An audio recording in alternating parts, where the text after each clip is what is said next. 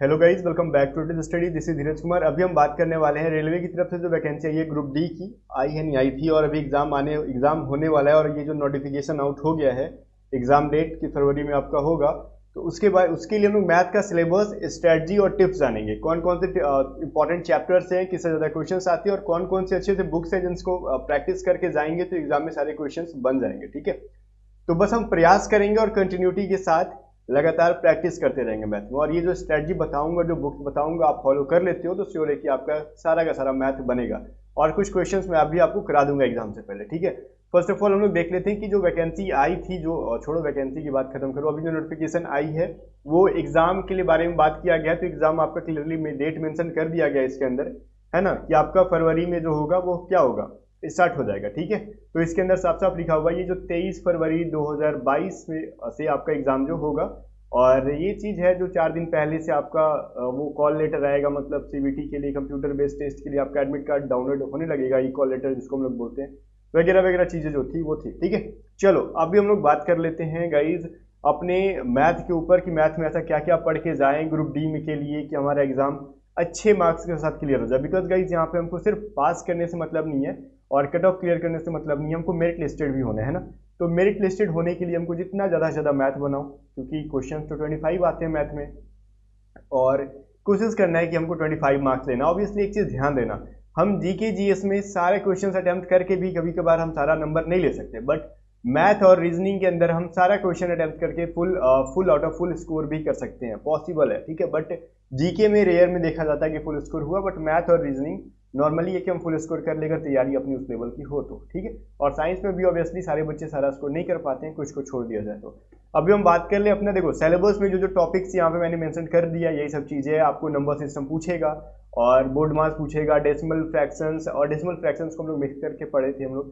ठीक है, LCM, HCF, ratio and proportion, percentage, mensuration, time and work, time and distance, simple and compound interest, profit and loss, algebra, geometry और trigonometry, ये सब भी चीज़ें हैं आपसे पूछे जाएंगे। ये मत कहना कि सर ज्योमेट्री से नहीं आता है, ट्राइगोनोमेट्री से नहीं आता, तो देता है, अब दे रहा है। ठीक है, हमको बेसिक से क्लियर करके जाना होगा, एडवांस मैथ भी थोड़ा बहुत, एलिमेंट्री स्टैटिक्स जो होते हैं, और स्क्वायर रूट, एज कैलकुलेशन, मतलब एज जो कैलकुलेशन क्या है कहा जाए तो इसका मतलब ये हुआ आपका कि जो एज जो अगर पूछता है ना, एज प्रॉब्लम में क्वेश्चन होते हैं, राम अब जैसे पुत्र पिता से 6 साल बड़ा, वो वाला एज कैलकुलेशन आपको पता भी होगा।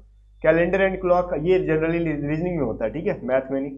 और एज जो होते हैं ये भी रीजनिंग मैथ दोनों में होते हैं, तो आप क्लॉक एंड कैलेंडर को मैथ में नहीं तो रीजनिंग में भी रख सकते हो, बट सिलेबस में आपका मैथ में दे रखा है। पाइप एंड सिस्टम से क्वेश्चन आते हैं और एग्जाम में क्या करता है ना, कैलेंडर को दे देता है आपका रीजनिंग में। ओके, अभी यहाँ पे सबसे ज्यादा इंपॉर्टेंट क्या है और सबसे ज्यादा इजी क्या है हमको, देखो यहाँ पे मैं पहले स्ट्रेटजी बताऊंगा आपको। अच्छा, स्ट्रेटजी क्या है, जो हम लोग मैथ को किस तरीके से खत्म करें कि हम लोग मैथ में 25 स्कोर कर ले। देखो अभी आपके पास दिसंबर में ऑलमोस्ट 20 दिन से ज्यादा बचा हुआ है। ठीक है, पूरा जनवरी बचा हुआ और फेब बचा हुआ है आपका। ठीक है, तो ये 3 मंथ्स आपके पास है, क्योंकि फरवरी का लास्ट डेट है ना आपके पास एग्जाम का। चलो 3 मंथ है, 3 मंथ सफिशियंट है, क्योंकि ऐसा नहीं है कि आप वैकेंसी जब से आई है, फॉर्म अप्लाई किया तब से सोए हुए थे, कुछ ना कुछ तो पढ़ ही रहे होगे। अभी वहीं पर मैं कुछ पढ़ने के साथ साथ अगर रिवीजन के बारे में बात कर ले, 3 महीना काफी होता है। और 3 महीना के साथ साथ देखो हम बोर्ड मास, इजी सा कंसेप्ट है, डेसिमल फ्रैक्शन, इन 3 चैप्टर्स को मात्र 2 दिन में हम लोग क्लियर कर सकते हैं। ध्यान दो, अगर बच्चे से देखे तो 2 डेज के विद इन हम इसको पहले स्टार्ट करेंगे यहीं से पढ़ना। ऐसा नहीं हम पहले परसेंटेज ले लेंगे, प्रॉफिट लॉस ले लेंगे, नहीं, हम पहले अपना बेसिक से क्लियर कर लेंगे। बोर्ड मास पढ़ लो, 10 मिनट का काम है, मतलब आधा 1 घंटा का काम है, छोड़ो हटाओ उसको। डेसिमल फ्रैक्शंस, ये आपका दोनों मिला के, तीनों चैप्टर मिला, देखो डेसिमल फ्रैक्शन एक ही में पढ़ा जाता है जनरली, तो हम लोग पढ़ते हैं। तो ये जो 3 चीजें हैं हम 2 दिन के अंदर प्रैक्टिस के साथ, सिर्फ थ्योरी नहीं, प्रैक्टिस के साथ क्लियर कर लेंगे। ओके, यहाँ से हम पढ़ाई को स्टार्ट करते हैं। और गाइस यहाँ से खत्म करने के बाद ना आप ना नंबर सिस्टम क्लियर कर लेना, आपका ये 2 दिन मिलेगा, क्योंकि नंबर सिस्टम थोड़ा सा बड़ा चैप्टर है। रिवीजन अगर कर रहे हो तो, अगर आपने पढ़ाई नहीं है तो ये ऑब्वियसली आपका 1 सप्ताह भी ले सकता है। ठीक है, नंबर सिस्टम अगर आप पढ़े हो पहले से, बस प्रैक्टिस कर रहे हो, तो 2 दिन के अंदर इसका ऑलमोस्ट आप क्वेश्चंस के साथ थ्योरी एक बार पढ़ के 50 क्वेश्चन कर लेना, आपका हो जाएगा। मैं लास्ट में बुक बताऊंगा कहाँ कहाँ से करोगे तो बेटर रहेगा आपके लिए। ठीक है, तो आपको 4 दिन यहाँ पे इन 4 चैप्टर्स पे देने होंगे। फिलहाल आपका एलसीएम एचसीएफ 1 डे काफी है रिवीजन के लिए। ठीक है, 1 दिन में आप कर सकते हो एलसीएम एचसीएफ का रिवीजन, और कुछ 50 क्वेश्चंस के अराउंड आप प्रैक्टिस कर लो सेपरेट। ठीक है, और रेशियो प्रोपोर्शन 1 डेज काफी है रिवीजन के लिए, या फिर आप 2 डेज ले सकते हो थोड़ा सा अगर वीक है तो। ठीक है, बट आपको स्टार्ट कहाँ से करना है, आपको इन 3 चैप्टर्स को पहले पढ़ लेने हैं, फिर आपको सेकंड पे देना है नंबर सिस्टम, उसके बाद आपको एलसीएम एचसीएफ थर्ड पे क्लियर कर लेना है। उसके बाद गाइज आपको यहाँ से रेशियो थोड़ा सा इजी होता है, तो रेशियो को पढ़ लेना, ठीक है, रेशियो को पढ़ लेना। फिर आप परसेंटेज जब पढ़ोगे, ध्यान से सुन लेना, जब भी आप परसेंटेज पढ़ते हो ना, तो इसके बाद परसेंटेज खत्म करने के बाद आप प्रॉफिट लॉस पढ़ लिया करो। परसेंटेज ऐसे ही पढ़ लेते हो बेसिक, उसके बाद आपको प्रॉफिट लॉस पढ़ लेना चाहिए ताकि आपको पढ़ाई में आसानी हो। तो आप इस तरीके से आप कॉपी पे नोट करते जाओ। ऐसा नहीं कि हम परसेंटेज के बाद mensuration, time and work, time and distance, ये सभी चीज करे खत्म करें, नहीं। आप जैसे ही परसेंटेज पढ़ते हो, रेशियो खत्म करते हो, फिर परसेंटेज पढ़ लेते हो, तो आपको प्रॉफिट एंड लॉस पढ़ लेना चाहिए। प्रॉफिट एंड लॉस पढ़ने पे देखो एक चीज है ना, मैं आपको बता रहा हूँ, यहाँ से अगर आपका सब कुछ खत्म हो गया, प्रॉफिट और लॉस पढ़ ही लिए, तो उसके बाद टाइम एंड डिस्टेंस पे कभी मत जाना। टाइम एंड डिस्टेंस थोड़ा सा दिमाग खराब करता है, तो आपको टाइम एंड वर्क पढ़ लेना चाहिए। टाइम एंड वर्क अगर अच्छे से पढ़ लिए हो तब टाइम एंड डिस्टेंस पे जाना, क्योंकि इसकी थोड़ी थोड़ी जो ना, ये टाइम एंड वर्क पढ़ने से पहले थोड़ा सा रेशियो का रिवीजन कर लेना, क्योंकि उसके कुछ फॉर्मूले को हम लोग यूज कर लेते हैं टाइम एंड वर्क के अंदर। एंड टाइम एंड वर्क पढ़ने के बाद टाइम एंड डिस्टेंस पे जाना, क्योंकि इसका कुछ कुछ फॉर्मूला जो होता है टाइम एंड डिस्टेंस में एवरेज निकालने में काम आता है, ठीक है। तो ये इतना खत्म करने के बाद आप चाहो तो फ्री टाइम में एज प्रॉब्लम्स के क्वेश्चंस कर लेते हो, एक दिन का खत्म होगा। बट गाइस एक चीज मैं सजेस्ट करूंगा, टाइम एंड डिस्टेंस पढ़ने के बाद आप ना यहाँ पे टाइम, एक चीज मैं आपको यहाँ पे मैं छोड़ रहा था, आपको पता है क्या, टाइम एंड वर्क पढ़ने के बाद ना आप पाइप एंड सिस्टम्स पढ़ लेना, ठीक है, ध्यान से नोट कर लो। टाइम एंड वर्क पढ़ लोगे तो आप पाइप एंड सिस्टम पढ़ोगे उसके बाद, ताकि ये आसान हो जाता है। अब इसके बाद आप टाइम एंड डिस्टेंस पढ़ना, और टाइम एंड डिस्टेंस जब पढ़ लोगे तो उसके बाद जो इतना चैप्टर हो गया, तब जाके आप एज प्रॉब्लम का क्वेश्चन कर लेना ये फ्री टाइम में। उसके बाद आप जब भी बैठोगे एडवांस मैथ की तरफ जाओगे, एडवांस से पहले अपना मेंसुरेशन पूरा मिला के 1 सप्ताह तक पूरा रिवीजन करना। 1 वीक तक आपको मेंसुरेशन पढ़ना होगा गाइस, 1 वीक तक पूरा टाइम देना, बहुत ज़्यादा क्वेश्चन करने मेंसुरेशन से, खास करके फॉर्मूला बेस्ड क्वेश्चन, क्योंकि मेंसुरेशन में फॉर्मूला बेस्ड ही क्वेश्चन है। तो बहुत देखो, फॉर्मूला रटना मत, जितने भी फॉर्मूले हैं दीवार पे चिपका लेना, और बहुत ज़्यादा क्वेश्चन करने, ठीक है, करने आपको। तो बहुत ज़्यादा क्वेश्चन करते करते करते फॉर्मूला आपको याद हो जाता है। और मेंसुरेशन वगैरह जब अच्छे से खत्म हो जाता है, तब आपको ज्योमेट्री पे नहीं, बिल्कुल भी ट्राइगोनोमेट्री का बेसिक पढ़ना है, और उसके बाद आपको ज्योमेट्री पढ़ना है। और यहाँ पे बोलोगे ना कि सर आपने एक चीज छोड़ा है, क्या पता है क्या, कंपाउंड इंटरेस्ट का आप नाम ही नहीं ले रहे हो, इंटरेस्ट का। तो कंपाउंड इंटरेस्ट देखो बहुत सारे लोगों का बहुत अच्छा नहीं होता है, खराब होता है। मैं कहूंगा कि आपको एग्जाम के पहले इसको पढ़ना चाहिए, ठीक है। सिंपल एंड कंपाउंड इंटरेस्ट को एग्जाम के 15 डेज पहले आप अच्छे से पढ़ के रिविजन कर लो, ताकि इसका फॉर्मूला वगैरह सब कुछ खास करके दिमाग में मतलब ताज़ा ताज़ा रहेगा। वैसे तो रिवीजन आपका हमेशा करते रहना है, फिर भी मैं कहूँगा इसको, कंपाउंड इंटरेस्ट अगर बहुत खराब है तो लास्ट में पढ़ना, या फिर आप अच्छा है तो अपना टाइम निकाल के कभी बीच में पढ़ लेना, ठीक है। तो आपको ट्राइगोनोमेट्री खत्म कर लेना होगा, ठीक है। और ट्राइगोनोमेट्री के साथ साथ आपको एलजेब्रा लेके चलना होगा, क्योंकि हम लोग बहुत सारे एलजेब्रा के फार्मूला से ट्राइगोनोमेट्री बना लेते हैं, पता है ना आपको। तो एलजेब्रा का बेसिक फार्मूला पढ़ते जाना, ट्राइगोनोमेट्री भी साथ में पढ़ते जाना, ये दोनों काम आप साथ में कर सकते हो। लाइक आप 4 डेज के विद इन आप तीनों चैप्टर का रिवीजन कर लोगे, अगर पहले से पढ़े हो तो। ज्योमेट्री को अपनी क्षमता के अकॉर्डिंग टाइम देना, क्योंकि आपकी कितनी कैपेसिटी आपको पता होगा। फिर आपको देने लाइक ग्राफ वाले क्वेश्चन देखने होंगे, बहुत ज़्यादा प्रैक्टिस करनी है, उसकी टेंशन मत लेना, मैं करा दूंगा आपको, ठीक है।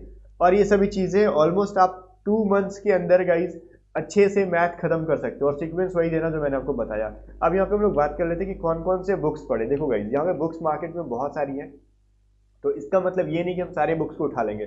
देखो यहाँ पे वैसे राकेश सर का भी बुक है, राकेश सर पढ़ लें, या फिर किरण का है ये पढ़ ले, या फिर तो ये वगैरह वगैरह बहुत सारे नाम है, आर्यस अग्रवाल है। तो कौन सा पढ़े? तो गाइज आप किसके फैन हो, I don't know about it, ठीक है। हो सकता है कुछ लोग फैन भी होते हैं ये टीचर के, तो हम उन्हीं का पढ़ेंगे। बट मैं देखो आपको पर्सनली सजेस्ट करूंगा, खास करके ग्रुप डी के लिए, रेलवे के लिए। देखो गाइज यहाँ पे अगर रेलवे ग्रुप डी के लिए हो आप लोग, प्लेटफॉर्म का जो एक बुक नहीं है, बहुत सारी अलग अलग प्लेटफॉर्म का जो देखो बहुत सारा वॉल्यूम 1 वॉल्यूम 2 करके आता है, बहुत सारा बुक आता है मैथ का। एक ही वॉल्यूम में सारा चैप्टर नहीं होगा, एक वॉल्यूम में 2-3 चैप्टर होते हैं जनरली। तो जो आपका रुक्मिणी पब्लिकेशन का आता है, मैंने जो पर्सनली देखा है, और मैंने भी किया था, अपने एसएससी के लिए भी किया था, और रेलवे के भी क्वेश्चन सारे बन ही जाते हैं इससे, ठीक है। जैसे सीपीओ वगैरह जो भी जो चीज़ें थी यहाँ पे, आप प्लेटफॉर्म का जो रुक्मिणी पब्लिकेशन का बुक आता है जनरली आप मंगा सकते हो ऑनलाइन, अमेजोन फैमिली का। चलो मैं आपको डिस्क्रिप्शन में लिंक दे दूंगा, ठीक है, कुछ कुछ वॉल्यूम्स के, तो आप देख देख के उससे मंगा लेना। सारे वॉल्यूम्स के पॉसिबल नहीं कि मैं आपको दूँ, कुछ मतलब बुक वॉल्यूम दे दूंगा मैं आपको, उसको देख के आप बाई कर सकते हो, या फिर शॉप पे ऑर्डर दे सकते हो। तो यहाँ से आपको चैप्टर वाइज थोड़े से पैसे ज़्यादा लगेंगे, ठीक है, ये मंगा लो। सबसे फर्स्ट प्रेफरेंस ये रहेगा आपको, प्लेटफॉर्म का जो रुक्मिणी पब्लिकेशन का सारे वॉल्यूम्स मंगा लेना, ठीक है। अगर ये आपके लिए पॉसिबल नहीं है, तब जाके आप किरण वाला बना लो, ठीक है, जो आपको बहुत सारे चैप्टर वाइज जो है ना, चैप्टर वाइज लेना, प्रीवियस ईयर जो एसएससी के आते हैं वो मैं नहीं बोल रहा हूँ, ठीक है। आपको चैप्टर वाइज लेने होंगे, उसमें सारे क्वेश्चंस मिल जाते हैं, उसमें प्रीवियस ईयर भी इंक्लूडेड रहते हैं, ठीक है। तो आपको जो चैप्टर वाइज है ना उसको लेके बना लेने होंगे और चैप्टर वाइज इसी सीक्वेंस में खत्म करना। मैथ की जहाँ तक बात करें तो ये यहाँ पे हमने सिर्फ मैथ के बारे में बात किया। और एक चीज़ समझ लेना, मैथ सिर्फ थ्योरी पढ़ने से नहीं होता है, जितना ज़्यादा प्रैक्टिस करोगे और जितना ट्रिक, एक चीज़ ध्यान देना, ट्रिक से बचना, बहुत ज़्यादा ट्रिक यूज़ करने की जरूरत नहीं है। आपको कैलकुलेशन बेस्ड तैयारी होनी चाहिए ताकि क्वेश्चन थोड़ी बहुत टर्न करके दिया रहे, घुमा फिरा के दिया रहे, फिर भी अगर आपका बेसिक कंसेप्ट क्लियर है तो ट्रिक नहीं याद है तो बना सकते हो। क्योंकि जब भी मैं आपको सजेस्ट करता हूँ, मैं ट्रिक बहुत कम लोगों को सजेस्ट करता हूँ। मैं देखो एयरफोर्स नेवी के बच्चों को पढ़ाता भी था तो ट्रिक समझाता था, बट बोलता था कि बेस पहले क्लियर करना, ट्रिक बाद में। क्योंकि एग्जाम में अक्सर लोग ट्रिक रट मतलब भूल जाते हैं ना, तो कन्फ्यूजन क्रिएट होता है और लेटेस्ट पैटर्न में ट्रिक बहुत ज़्यादा अप्लाई नहीं हो पाता है, ठीक है। तो आपको बेसिक कंसेप्ट क्लियर होना चाहिए। तो बाकी गाइज जाते जाते एक चीज़ मैं आपको चीज़ याद दिला दो फिर से, अगर आपने चैनल को सब्सक्राइब नहीं किया तो सब्सक्राइब कर लेना A to Z स्टडी को, और वीडियो को लाइक करके शेयर करना, क्योंकि मैं देखना चाहता हूँ एक बार कि आप लोग कितना सपोर्ट करते हो रेलवे वालों, ठीक है।